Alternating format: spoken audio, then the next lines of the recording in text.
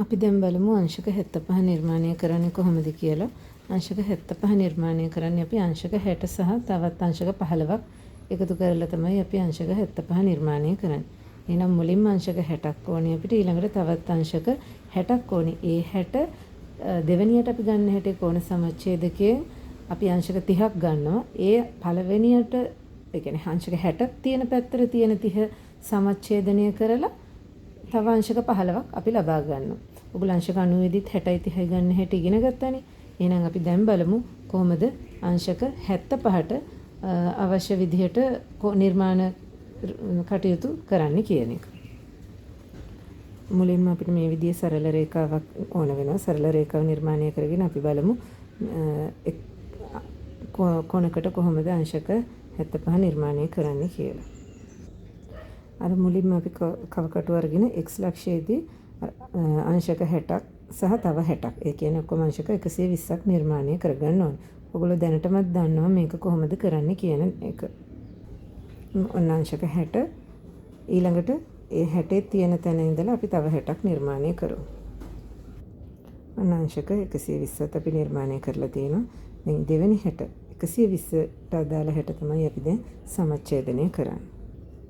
දැන් මේ දෙවෙනියට තියෙන 60 සමච්ඡේදනය කරමු. මේ වෙනකොට ඔයගොල්ලෝ දන්නවා. ඒත් මම ආයි කරලා පෙන්නන්නම් කොහොමද කරන්නේ කියලා. දැන් අපි මෙතන තියලා කවකටුව ඡාපයක් නිර්මාණය කරගන්නවා. මේ විදිහට. ඊළඟට අපි මේ කවකටුව මෙතනටත් ගෙනල්ලා අර ඡාපයේ ඡේදනය වෙන විදිහට ඡාපයක් නිර්මාණය කරගන්නවා.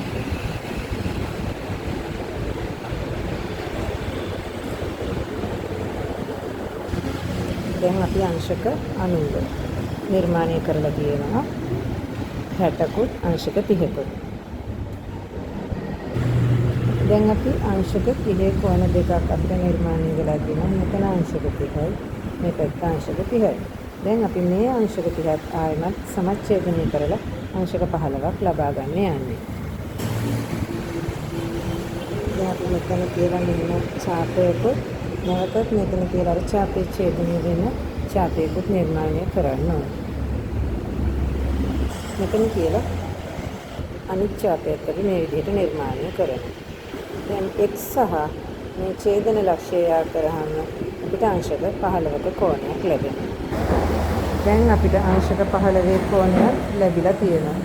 මේ අංශක 15 දැන් අංශක 75 තමයි මේ රතු පාටින් මම පෙන්නලා තියෙන්නේ. අංශක 60යි අංශක 15යි අංශක 75ක කෝණයක් අපිට දැන් මේ ලැබිලා තියෙනවා. මෙන්න මෙතන මම මේ පෙන්නන්නේ අංශක 75 කෝණය. මම හිතනවා දැන් ඔයාලට ඒක හොඳටම පැහැදිලි වෙන්න ඇති කියලා. ඔයාලට තවත් මේ වගේ වීඩියෝස් බලා ගන්න ඕන නම් අනිවාර්යයෙන්ම අපේ YouTube channel එක subscribe කරලා තියාගන්න.